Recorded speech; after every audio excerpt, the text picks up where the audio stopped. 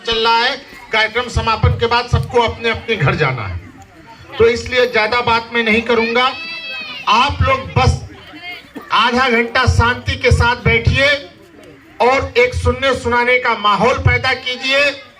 सबसे पहले जो हमारे छोटे छोटे बच्चे यहाँ पर मौजूद हैं, या हमारे नौजवान साथी मौजूद हैं, या हमारे अभिभावक वृंद यहाँ पर मौजूद हैं, उन लोगों से मैं चाहूंगा कि इस कार्यक्रम का शुभारंभ हो और कुछ अच्छी बातें और बाबा साहब की जीवनी की बातें आप लोगों के बीच में रखी जाए तो एक बेहतर माहौल बने।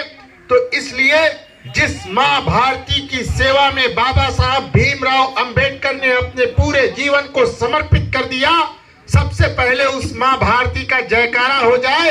सब लोग मिलकर के नारे का जवाब दें, बोले भारत माता की, और तेज आवाज के साथ। इतना आवाज में बुलंदी हो कि जो लोग पीछे हैं खड़े होकर के कुछ सुनना चाहते हैं वो सीधे आपके करीब आ जाएं, और जो लोग अभी अपने घरों पे हैं उनको पता चल जाए कि बाबा साहब के चाहने वाले यहाँ पर आ चुके हैं। बोलिए भारत माता की, भारत माता की, बाबा साहब अमर रहे, बाबा साहब अमर रहे।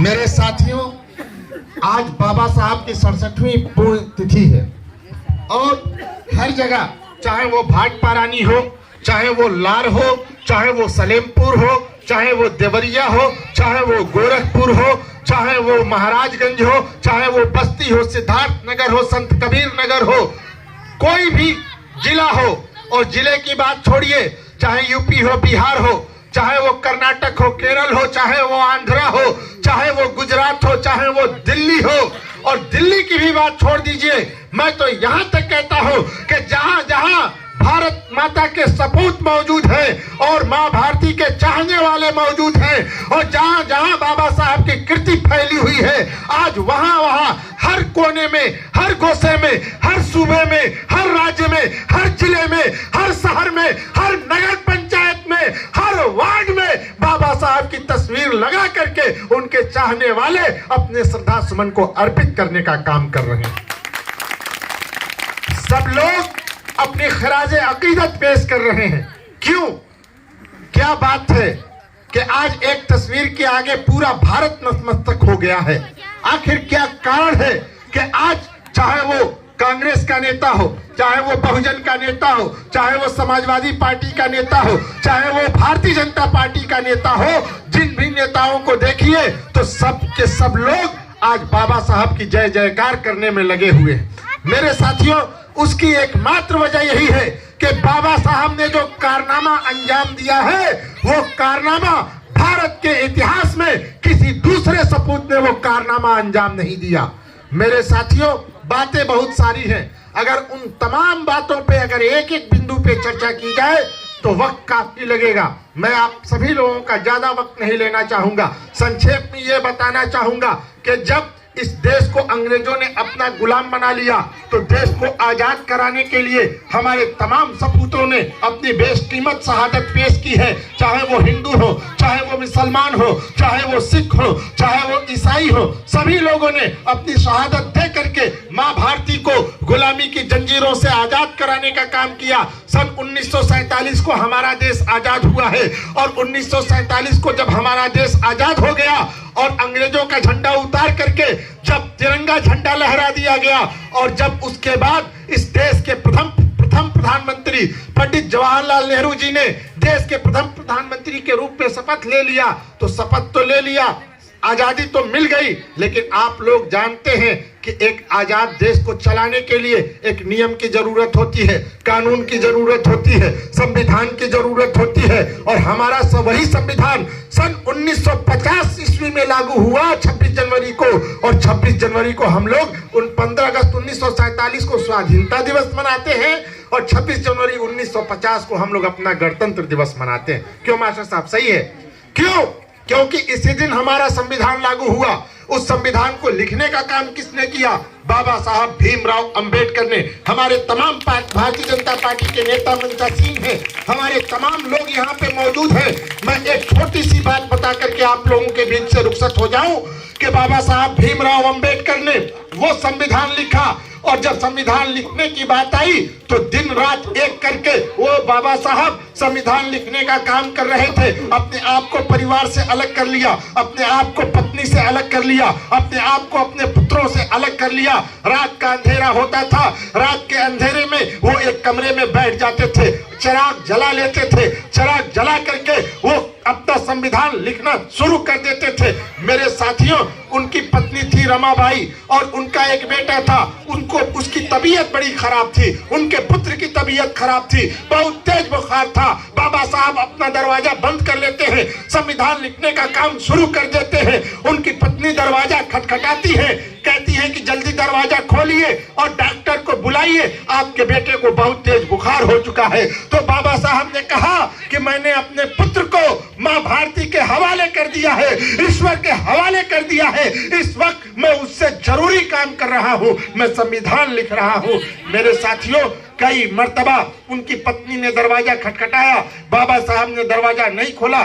जब सुबह होती है तो उनके पुत्र का देहांत हो चुका होता है। दरवाजे पे उनकी पत्नी उनके पुत्र को लिटा देती है और कहती है कि आप रात भर बैठ करके किताब लिखते रहे, लेकिन आपका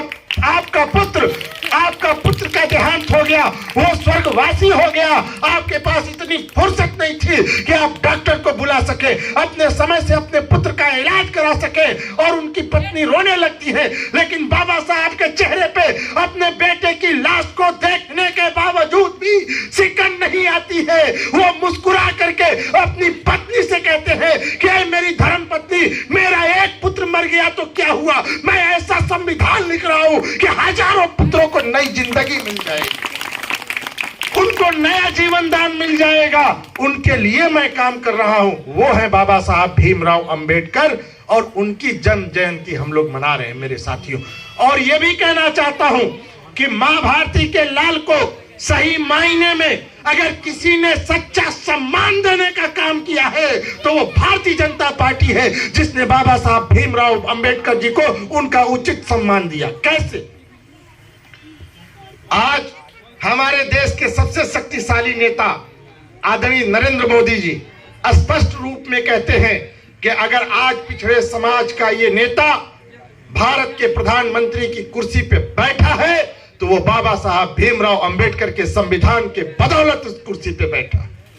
और जहां लंदन में रह करके बाबा साहब भीमराव अंबेडकर ने वकालत की डिग्री हासिल की थी, जिस रूम में वो रहते थे, जब भारतीय जनता पार्टी की सरकार आई, इसके पहले भी तमाम सरकारें थी, लेकिन किसी का उस रूम पे ध्यान नहीं गया, उस कमरे पे ध्यान नहीं गया। लेकिन जब भारतीय जनता पार्टी की सरकार बनी तो लंदन में जा करके उस रूम को, उस घर को खरीद करके और बाबा साहब के नाम पे एक शानदार संग्रहालय भारतीय जनता पार्टी ने बनवाने का काम किया।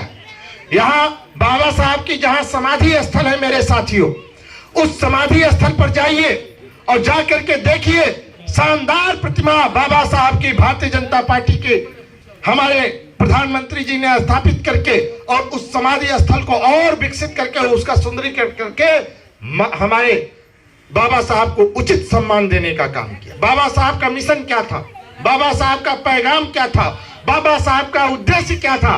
बाबा साहब धर्म में नहीं अपने कर्म में विश्वास रखते थे और वो कहते थे कि अगर तुम्हारा कर्म शक्तिशाली है तो कोई भी तुम्हारा कुछ बिगाड़ नहीं सकता है। तुम्हारे कर्म के बदौलत तुम्हारा अगला भविष्य तय होगा। तुम अपने कर्म से अपने भविष्य का निर्माण करो। बाबा साहब का कहना था कि आप शिक्षित बनिए, आप संघर्ष करिए, आप एकजुट हो जाइए, आपस में एकता बनाइए। जब आप शिक्षित बनेंगे, संघर्ष करेंगे और आपस में एकता की शक्ति पैदा करेंगे तो यकीनन आने वाला कल आपका होगा और कोई भी आपके बच्चों से आपका अधिकार नहीं छीन पाएगा। मेरे साथियों, बाबा साहब का यह पैगाम था कि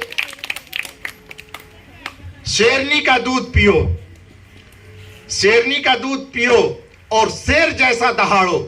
इसका तात्पर्य क्या था? इसका तात्पर्य यही था कि शेरनी के दूध पीने का मतलब यह है कि शिक्षा हासिल करो। जब तुम शिक्षा हासिल करोगे तो शेर की तरह दहाड़ना शुरू कर दोगे। कैसे? वो ऐसे आप शेर की तरह दहाड़ना शुरू कर देंगे मेरे साथियों कि आज तमाम लोग मौजूद हैं, मैं भी हूं, आनंद पीयूष जी हैं, राजेंद्र जायसवाल जी हैं, हमारे हनुमान जी हैं, हमारे राजेश गुप्ता जी, जितेंद्र जायसवाल जी हैं, बहुत सारे गरीब कमजोर दबे कुचले समाज के लोग यहाँ पे मौजूद हैं। आज भाई भाई का ढकने पे लगा हुआ है। आज पड़ोसी अगर ताकतवर है तो अपने कमजोर पड़ोसी को सताने में लगा हुआ है मेरे साथियों। एक जालिम समाज अपने लोगों को मजलूम बनाने पे लगा हुआ है। जब कोई भी आपका साथ न दे, अगर भाई भाई का साथ न दे, पिता पुत्र का साथ न दे, अगर ताकतवर कमजोर का साथ न दे, तो ऐसे समय में अगर आप शिक्षित रहेंगे, संविधान के जानकार रहेंगे, नियमों के जानकार रहेंगे, तो मेरे साथियों किसी का दरवाजा खटखटाने की जरूरत नहीं है। बाबा साहब का संविधान उठा लो और नियम कानून की लड़ाई लड़ो। इस देश में बाबा साहब का संविधान मौजूद है और जब तक बाबा साहब का संविधान मौजूद है कोई भी आपके अधिकारों पे और आपके हक हकूक पे डाका नहीं डाल सकता। तभी तो साहब ने कहा कि तूफानों से आंख मिलाओ, सैलाबों पे वार करो। यही बाबा साहब का उद्देश्य था और इन्हीं बातों के साथ अपनी वाणी को विराम दूंगा कि तूफानों से आंख मिलाओ और सैलाबों पे वार करो, मल्लाहों का चक्कर छोड़ो, तैर के दरिया पार करो। मल्लाहों का चक्कर छोड़ो, तैर के दरिया पार करो। इन्हीं बातों के साथ अपनी वाणी को विराम देता हूं। जय हिंद, जय भारत।